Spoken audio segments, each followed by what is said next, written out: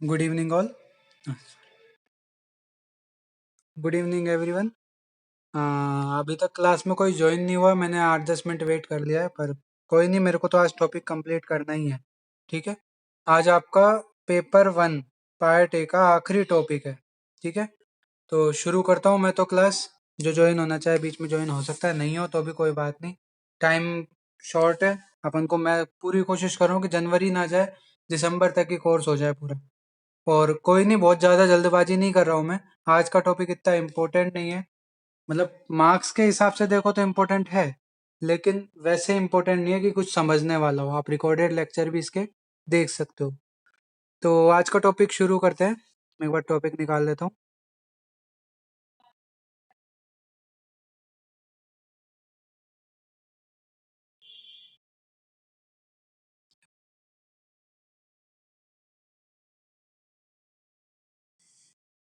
हम्म तो सिलेबस का ये 10th और आखिरी टॉपिक है। ठीक है। इसमें क्या है, आपके पॉइंट जो पढ़ने हैं आपको: brief introduction of quality control, standardisation and GMP of रसौषधीज। तो मेनली आपके जो है रसशास्त्र और भेषज कल्पना, दो पेपर होते हैं। उनमें 4 क्वेश्चन होता है, जिनमें से एक क्वेश्चन 101% आएगा ही आएगा। ठीक है, चाहे वो रसशास्त्र के पेपर में यानी पेपर 1 में आए, चाहे वो पेपर 2 में आए। अब कौन से वो 4 क्वेश्चन है? पहला है स्टैंडर्डाइजेशन ऑफ रसौषधि और काष्ठ औषधि। अगर आपके रसौषधि का स्टैंडर्डाइजेशन 10 नंबर में या 20 नंबर में पूछ लेते हैं, तो वो पेपर 1 में आएगा। और अगर काष्ठ औषधि का स्टैंडर्डाइजेशन पूछ लेते हैं, तो वो पेपर 2 में आएगा। ठीक है, तो ये आपके पेपर 1 के पार्ट ए का सिलेबस का पॉइंट है। ठीक है, quality control and standardisation of रसौषधि। ठीक है। दूसरा क्वेश्चन बनता है जीएमपी एक्ट। जीएमपी मतलब गुड्स मैन्युफैक्चरिंग प्रैक्टिसेस।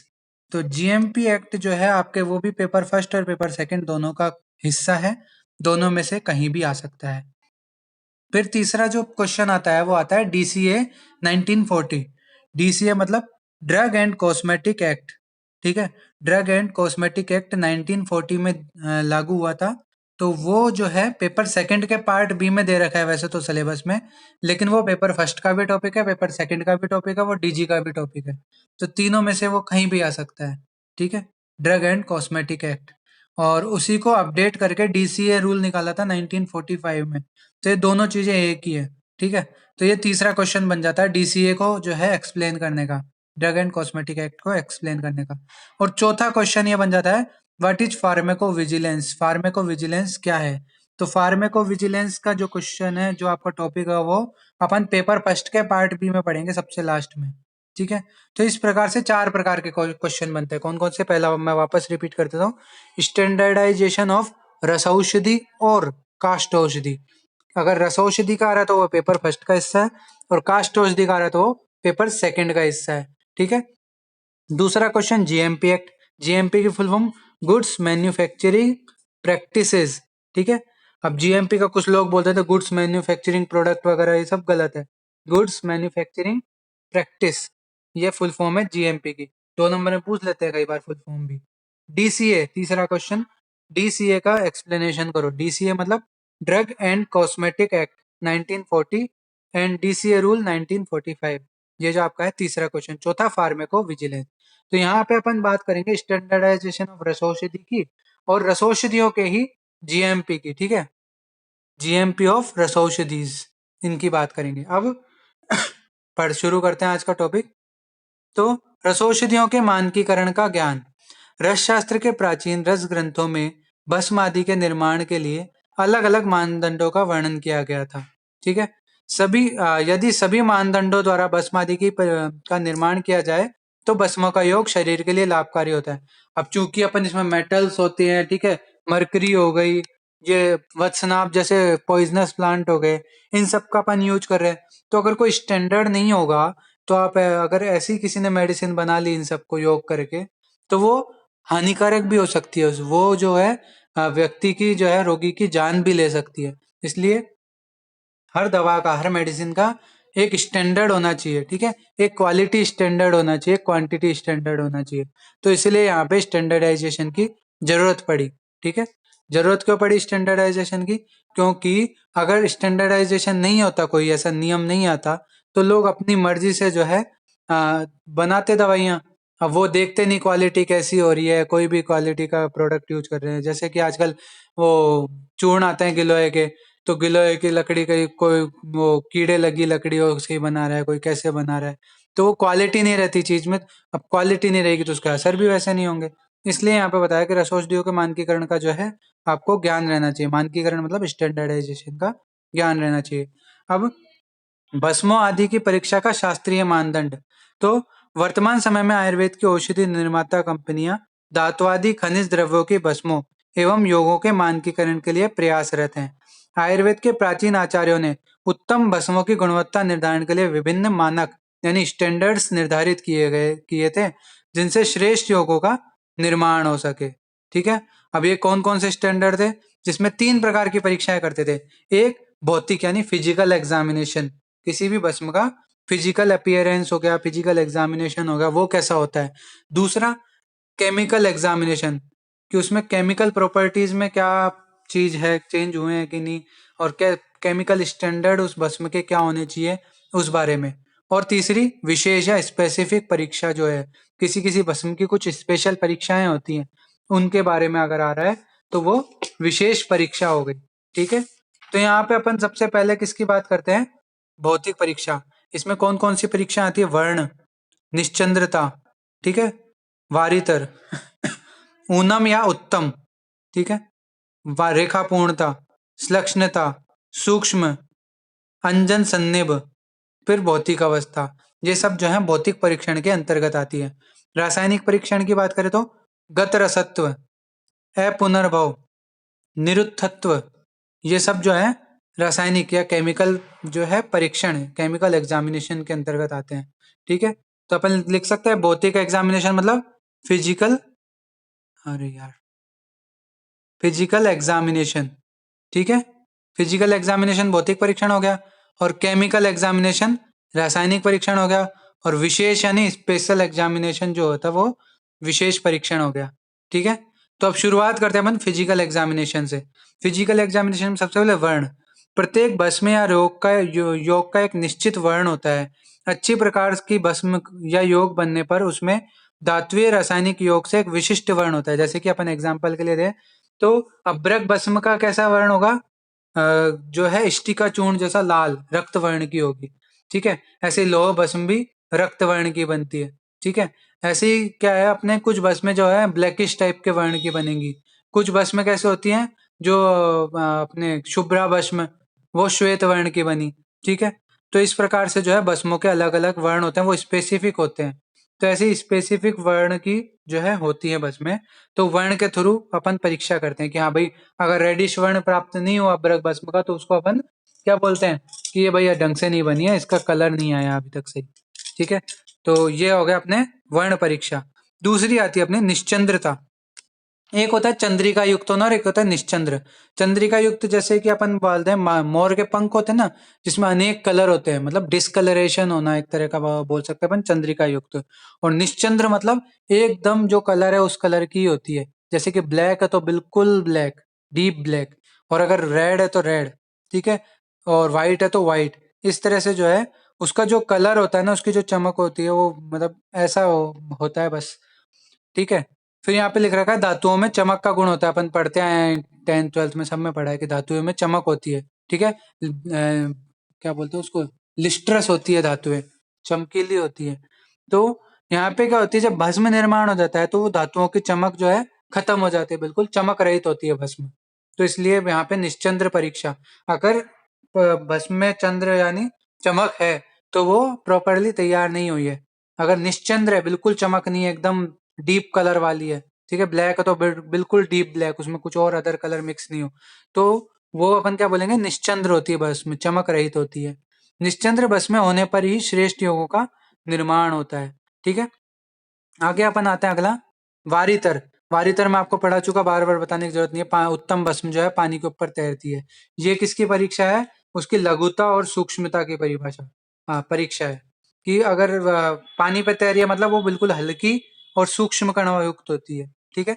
फिर आती है एक ऊनम परीक्षा। ऊनम परीक्षा कुछ नहीं है कि जैसे आपने वारीतर परीक्षा की, तो उस वक्त क्या हो रहा है, भस्म जो है वो तैर रही है, ठीक है। ये मान लो कप है, ये पानी का लेवल है, और ऊपर यहाँ पे जो है बस येलो कलर की जो मैं बता रहा हूँ, ये भस्म ऊपर तैर रही है, ठीक है। अब इस भस्म के ऊपर आपने क्या किया, एक कण रख दिया, किसका, चावल का या फिर है ना गेहूं का, ऐसे अन्न का कण धीरे से रख दिया। अब ये अन्न का कण अगर तैर रहा है, तो ये किस तरह की परिभाषा होगी, ऊनम परीक्षा। किस तरह की परीक्षा हो गई, ऊनम या उत्तम परीक्षा, ठीक है। तो ये इस प्रकार से जो है उत्तम परीक्षा आपको जाननी है, ठीक है। फिर आती है रेखा पूर्णता। ये मैं अब आपको बता चुका परिभाषा प्रकरण में कि अंगुष्ठ और तर्जनी के मध्य भस्म को मसलने पर यदि ये रेखाओं में चल जाए तो वो रेखा पूर्ण होती है भस्म, ठीक है। और फिर आती है श्लक्ष्णता। श्लक्ष्ण मतलब चिकनी होना, ठीक है। तो क्या बोलते हैं, अंगुली द्वारा भस्म को छूने पर इसका पता लगाया जा सकता है। श्लक्ष्णता मतलब जैसे आप उसको छुओगे ना, टच करोगे तो एकदम सॉफ्ट फील होगी, एकदम चिकनी सी फील होगी, इस प्रकार की जो है भस्म होती है। सूक्ष्मता। सूक्ष्मता मैंने बताया वेरी फाइन होता है, उसका जो भस्म होती है वो बहुत ज्यादा सूक्ष्म कणों वाली होती है, तो वो सूक्ष्मता परीक्षा हो गई, ठीक है। फिर जितनी ज्यादा सूक्ष्म होगी, जितनी ज्यादा फाइन होगी अगर भस्म, उतनी जल्दी वो क्या होगी, बॉडी में एब्जॉर्ब और एसिमिलेट होगी, इसलिए यहाँ पे सूक्ष्मता परीक्षा जरूरी है। फिर अंजन सन्निभव। अंजन कैसा होता है, एकदम काला सा इस टाइप का होता है, ठीक है। तो वहां पे ये बता रखा है, उचित रूप से बनी भस्म क्या होती है, अंजनाभ सदृश्य होती है, ठीक है। ये है। और अंजनाभ अगर सदृश्य होगी तो वो क्या होगी, आमाशय व आंत की जो श्लेष्मिक कला या जो म्यूकस मेम्ब्रेन है, उसको नुकसान नहीं पहुंचाने वाली होती है, ठीक है। इसलिए यहाँ पे अंजन सन्निभम परीक्षा जो है यहाँ पे बताई गई है, ठीक है। ये आमाशय और आंत्र की जो म्यूकस मेम्ब्रेन है उसमें किसी प्रकार का क्षोभ या फिर जो भी है जलन वगैरह जो है उत्पन्न नहीं करती है, ठीक है। किसी प्रकार का इरिटेशन उत्पन्न नहीं करती है। फिर आती है भौतिक अवस्था। भौतिक अवस्था में क्या आएगा कि निर्मित भस्म का चूर्ण के कण का आकार जो है केतकी रज सदृश होता है। केतकी पर्याय होता है पुष्प का, और रज पर्याय होता है पोलन ग्रेन्स का, कि जो फ्लावर्स होते हैं उनके पोलन ग्रेन्स कैसे होते हैं, बिल्कुल बारीक बारीक होते हैं, एकदम सूक्ष्म। तो उसी प्रकार के जो है इसकी फिजिकल अपीयरेंस होती है, ठीक है। एवं निर्मित रस योग में शरीर के लिए लाभदायक होती है, ठीक है। इस प्रकार से अपनी सारी भौतिक परीक्षाएं पूरी होती हैं। कौन कौन सी भौतिक परीक्षाएं पढ़ लिया अपन ने, एक बार वापस नाम बोल देता हूँ। वर्ण, उसका एक स्पेसिफिक कलर होता है, हर भस्म का अपना एक स्पेसिफिक कलर होता है, उस कलर को प्राप्ति अगर कर लेती है तो अपन बोलते हैं कि हाँ भस्म अच्छी प्रकार से तैयार होगी। निश्चंद्रता। निश्चंद्रता मतलब धातुओं का एक स्पेसिफिक गुण होता है, चमक। अगर वो चमक वाला गुण अगर चला जाता है, मतलब भस्म बनाने पर वो अगर बिल्कुल चमक रहित होती है, तो उसको श्रेष्ठ माना जाता है। वारितर, पानी पर तैरना भस्म का। लघुता और सूक्ष्मता की परीक्षा है ये भस्म की। ऊनम, इसमें क्या है, पानी में तैरती भस्म के ऊपर अगर अन्न का दाना रखता है तो वो भी तैरने लगता है, तो वो ऊनम परीक्षा। रेखा पूर्णता। अंगुष्ठ और तर्जनी के मध्य अगर अपन घिसते हैं भस्म को, तो वो अपने फिंगरप्रिंट्स यानी रेखाओं में जो है चली जाती है। श्लक्ष्णता, भस्म चिकनी होती है। सूक्ष्मता, एकदम सूक्ष्म होती है, फाइन होती है, सुपर फाइन होती है। अंजन सन्निभ, अंजन के समान होती है, ठीक है। और इसका क्या फायदा है कि आमाशय और आंतों की जो है म्यूकस मेम्ब्रेन उसमें इरिटेशन नहीं करती है। तो फिजिकल अपीयरेंस कैसी होती है, केतकी रजह सदृश। केतकी रजह मतलब जो पुष्प के पोलन ग्रेन्स होते हैं उनके सदृश होती है, ठीक है। रासायनिक परीक्षा, उसमें पहली परीक्षा है गत रसत्व। गत रसत्व, रस क्या होता है, टेस्ट होता है, ठीक है। तो टेस्टलेस होती है, जो भस्म होती है ना धातुओं की, वो बिल्कुल टेस्टलेस होती है, ठीक है। पहली परीक्षा केमिकल में। दूसरी परीक्षा अपुनर्भव। अपुनर्भव मैंने बताया था कि धातु जो है, धातु भस्म पुनः धातु में अपरिवर्तित होने की ये परीक्षा होती है। और इसमें अपन क्या काम में लिया था अपुनर्भव परीक्षा में, मित्र पंचक वर्ग, ठीक है। मित्र पंचक के कंटेंट आपको याद होंगे ही, नहीं हो तो करने चाहिए, ठीक है।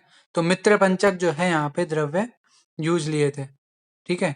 उनके साथ परीक्षा की थी। फिर निरुद्धत्व। निरुद्धत्व केवल भस्म धातु भस्मों के लिए परीक्षा की जाती है, और इसका भी आपको मैंने पढ़ा चुका कि यहाँ पे क्या चांदी के टुकड़े के साथ जो है मूषा में दमन करते हैं भस्म का, ठीक है। और फिर उसका वेट वगैरह चेक करते हैं कि हाँ भाई अगर एक्शन कर रही है, अगर वो रिएक्शन कर रही है चांदी के साथ, तो मतलब वो श्रेष्ठ नहीं है, अन्यथा वो श्रेष्ठ है, ठीक है। इस प्रकार से जो है इस परीक्षाएं हो गई अपनी कौन सी, केमिकल प्रॉपर्टीज से रिलेटेड। फिर आते हैं विशेष मानदंड। विशेष मानदंड मतलब कुछ स्पेसिफिक भस्मों की कुछ स्पेसिफिक जो है परीक्षाएं होती है, जैसे निर्धूमत्व। निर्धूमत्व करते हैं अपन शिलाजतु भस्म और हड़ताल भस्म के लिए। तो विशेष रूप से इसका प्रयोग हड़ताल भस्म के लिए किया जाता है। इसमें क्या होता है कि अल्प मात्रा में हड़ताल भस्म को लेते हैं, फिर शराब संपुट में रखकर एक स्पेसिफिक टेम्परेचर पर जो है उसको अग्नि दी जाती है, पुट दिया जाता है। ठीक है, भस्म पिघल जाए या धुआं उठे तो उसको सम्यक प्रकार के भस्म नहीं मानना चाहिए। यानी अगर उसकी जो उस भस्म है, उस सैंपल की जो अपन ने शराब संपुट में डाल रखा है, वो लिक्विफाई हो जाए या फिर वो उसमें से धुआं उठने लगे तो उसको अपन श्रेष्ठ भस्म नहीं मानते। तो निर्धूम परीक्षा हो गई वो। फिर आती है अगली अम्ल परीक्षा। अम्ल परीक्षा क्या होती है? मेनली अपन किसके लिए करते हैं? ताम्र भस्म, स्वर्णमाक्षिक भस्म और तुत्थ भस्म के लिए मेनली इसमें की जाती है। इसमें क्या करते हैं अपन, एक कांच का जार लेते हैं, उसमें नींबू स्वरस डाल देते हैं। ठीक है, फिर अल्प मात्रा में इसमें ताम्र आदि भस्म मिलाई जाती है, जिसकी भी अपन परीक्षा करें, चाहे वो ताम्र भस्म हो चाहे स्वर्णमाक्षिक भस्म हो। ठीक है, तो वो भस्म डाल दी और फिर 24 घंटे के लिए इस कांच के जार को जो है रख दिया। ठीक है, अब भस्म का वर्ण कैसा होता है? ताम्र भस्म का वर्ण अगर बदल जाए, ठीक है, नीला हरा सा हो जाए, तो भस्म को अपक्व समझकर और जो है वापस मारण के लिए जो है तैयार करना चाहिए। ठीक है, मतलब वापस उसका मारण करना चाहिए, वही आगे के प्रोसीजर में मैंने आपको मारण में पढ़ाए थे। ठीक है, तो इस प्रकार से जो है अम्ल परीक्षा हो गई। ठीक है, ताम्र भस्म, स्वर्णमाक्षिक आदि भस्म की जो है अम्ल परीक्षा की जाती है। फिर अक्षारत्व, क्षार परीक्षा मतलब क्षारीयता, एल्कलिनिटी की परीक्षा जो अपन करते हैं वो अक्षारत्व होती है। मेनली ये शंख भस्म की परीक्षा होती है। इसमें श्रेष्ठ भस्म जो होती है, श्रेष्ठ शंख भस्म, वो क्षारीयता रहित होती है, यानी उसमें क्षारता नहीं होती है, एल्कलिनिटी नहीं होती। ठीक है, इस प्रकार से जो है अपनी विशेष परीक्षाएं भी पूरी होती हैं। ठीक है, तो अपन ने कौन कौन सी परीक्षा कर ली? फिजिकल प्रॉपर्टीज देख ली अपन ने, केमिकल प्रॉपर्टीज देख ली और स्पेसिफिक जो आयुर्वेद की जितनी भी परीक्षाएं थी वो सब देख ली। अब मॉडर्न एरा में, मॉडर्न सिनेरियो में अपन कौन कौन सी परीक्षाएं करते हैं इनके बारे में अपन देख लेते हैं। पहली परीक्षा loss of drawing. Loss on drawing मतलब भस्म ली, उसको अग्नि संयोग किया। ठीक है, अग्नि संयोग करने के बाद जो है एक स्पेसिफिक टेम्परेचर पे किया।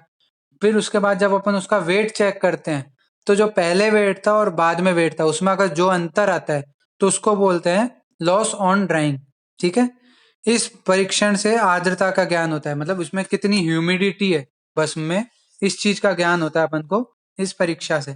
ठीक है, इसमें क्या करते हैं? सर्वप्रथम पेट्री डिश। पेट्री डिश आप 10th 12th में सब पढ़ाई है क्या होती है। ठीक है, कांच की सी एक होती है। तो पेट्री डिश का वजन कर ले। ठीक है, फिर उसमें 1 ग्राम भस्म या रसयोग का नमूना डाल लें और 110 डिग्री टेम्परेचर पर जो है उसको ओवन में रख दें या गर्म करें। ठीक है, फिर थोड़ी देर गर्म करने के बाद क्या करें? फिर स्वांक्षित होने के लिए रख दें। जब वो ठंडी हो जाए तो पेट्री डिश को बाहर निकाल कर जो है वजन कर लें। ठीक है, फिर जितना वजन कम हो उसका परसेंटेज निकालकर जो है अपन परिणाम प्राप्त करें। ठीक है, इस प्रकार से क्या हो गया? लॉस ऑन हीटिंग हो गया। ठीक है, मतलब एग्जाम्पल के लिए मैं आपको अगर इसका समझाऊं कैसे अपन मॉइस्चर काउंट करते हैं, तो मान लो 3 वेट है, मतलब यहाँ पे W1, W2, W3। W1 अपन मान लेते हैं initial weight of the sample, जो मतलब अपन ने जो भी सैंपल का वेट लिया था। ठीक है, जितने भी वेट का, 1 ग्राम लिया था, 2 ग्राम लिया था। ठीक है, वो वेट हो गया भस्म का वेट, जो भी अपन ने सैंपल का वेट लिया था। W2 क्या हो गया? पेट्री डिश प्लस सैंपल का वेट।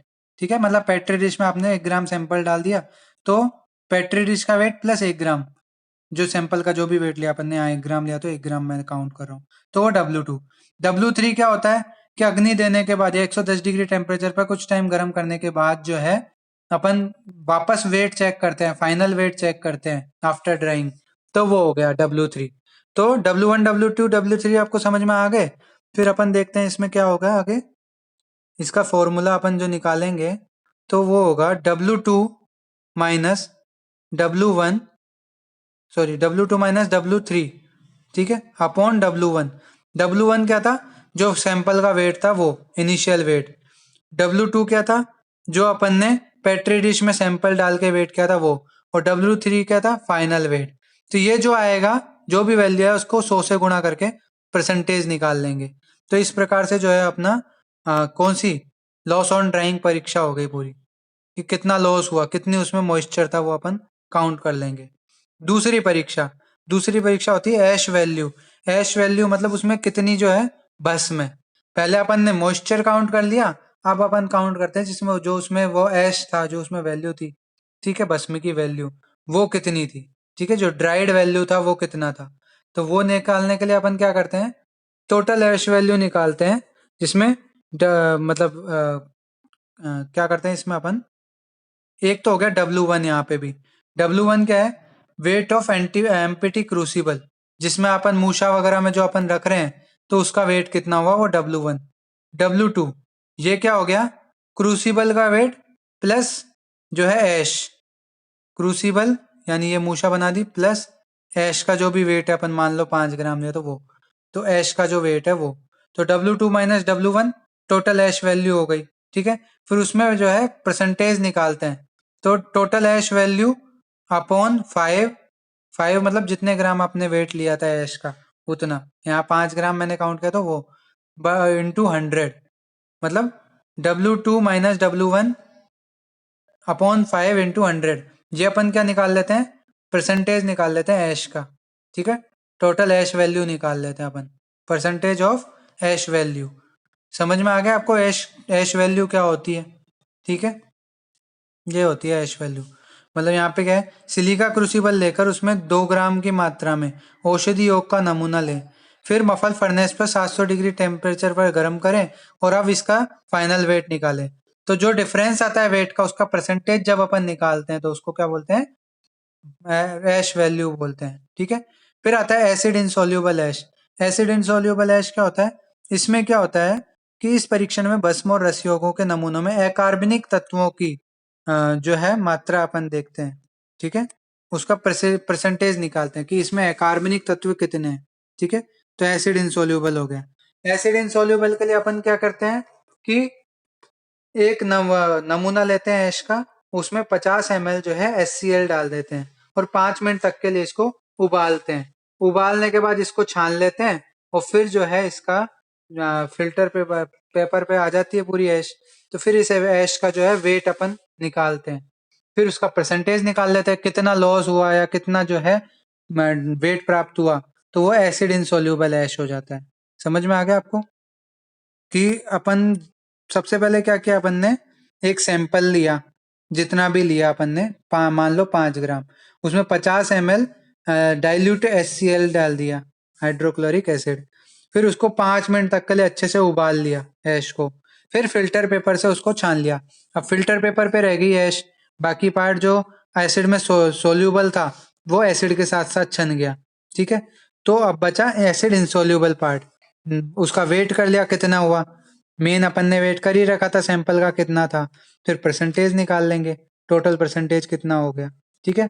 वो परसेंटेज क्या हो गया, एसिड इंसोल्यूबल ऐश परसेंटेज, ठीक है। फिर आता है ऐश एनालिसिस। ऐश एनालिसिस मतलब कि टोटल ऐश में एसिड सोल्यूबल वाले भाग को अकार्बनिक तत्वों के निर्धारण हेतु जो है परीक्षण किया जाता है। अब ये क्या हो गया ऐश एनालिसिस, इसमें जो पहले तो अपन ने एसिड इनसोल्यूबल पार्ट देख लिया कितना था, और उसके अलावा जो बचा वो एसिड सोल्यूबल निकला, तो उसकी वैल्यू अपन निकाल लेते हैं, तो वो ऐश एनालिसिस के अंतर्गत वो आ जाती है, ठीक है। फिर आती है यूवी विजिबल स्पेक्ट्रोमेट्रिक एनालिसिस, ठीक है। इसमें क्या है कि जो अकार्बनिक तत्व मौजूद होते हैं भस्म में, उनकी मात्रा का निर्धारण करने के लिए कि वो कितनी मात्रा में प्रेजेंट है, उसका ज्ञान करने के लिए जो है यूवी विजिबल स्पेक्ट्रोफोटोमेट्रिक एनालिसिस का प्रयोग किया जाता है, ठीक है। यानी इस परीक्षण में भस्म एवं रसयोगों में बहुत से अकार्बनिक तत्वों की मात्रात्मक निर्धारण जो है यहाँ पे किया जाता है। अब ये जो प्रोसेस है, ये जो विधि है, ये हर जगह अवेलेबल नहीं है, बहुत कम जगह अवेलेबल है, इसलिए जो है इसका प्रयोग भी उतना नहीं है, ठीक है। तो ये चीज आप याद रखना। फिर एक आता है ICP-AES। ICP-AES मतलब inductivity coupled plasma atomic emission spectroscopy, ठीक है। इसकी फुल फॉर्म क्या है, ICP नहीं आई इसका नाम क्या है, ICP-AES full form inductivity coupled plasma atomic emission spectroscopy.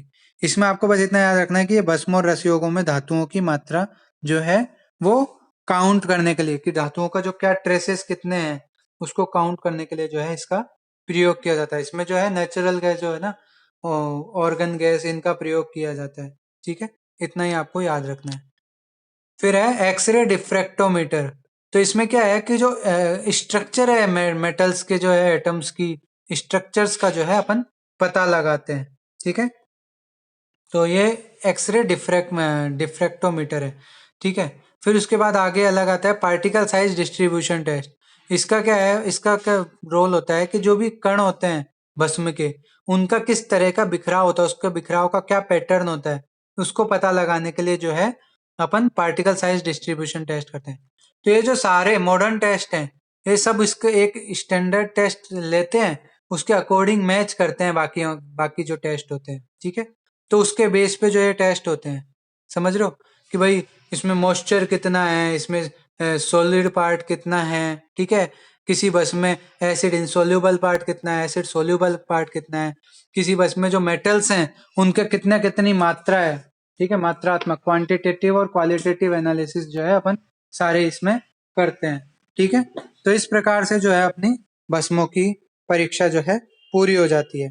ठीक है, एक बार मैं वापस ज्वाइन, मतलब एक बार वापस अपन शुरू करते हैं। ठीक है, ये क्लास एंड होने वाली है, तो उसमें अपन जीएमपी का जो रोल है रसौषधियों में वो पढ़ेंगे, और फिर आज की क्लास एंड हो जाएगी। ठीक है।